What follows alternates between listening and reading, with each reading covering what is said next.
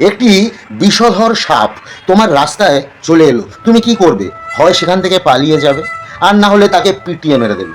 সেই সাপটা যদি তোমার ঘরে ঢুকে যায়, তাহলে তো তুমি পালিয়ে যেতে পারবে না, তখন তোমাকে ওকে পিটিয়ে মারতেই হবে, ওকে মেরেই ফেলতে হবে।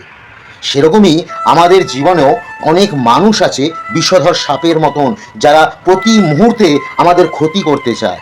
তো যদি সম্ভব হয় তার থেকে পালিয়ে যাও, কিন্তু অনেক ক্ষেত্রে পালানো যায় না। যেমন সাপটা ঘরে ঢুকে গেছিল, সেরকম কিছু মানুষ তোমার জীবনেও থাকবে যারা তোমার পিছনে এসে তোমার ক্ষতি করবে। সেই মানুষগুলোর বিনাশ করতে হয়।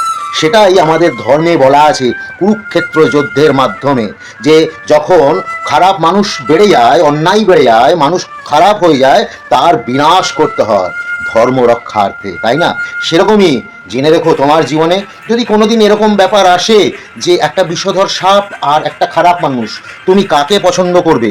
তুমি বিষধর সাপটাকেই পছন্দ করো। কেন? সেই সাপ যতক্ষণ না তার মনে কোনো বিপদ আসছে বা তার ক্ষতি হবে মনে হচ্ছে, ততক্ষণ সে ছোবল মারবে না।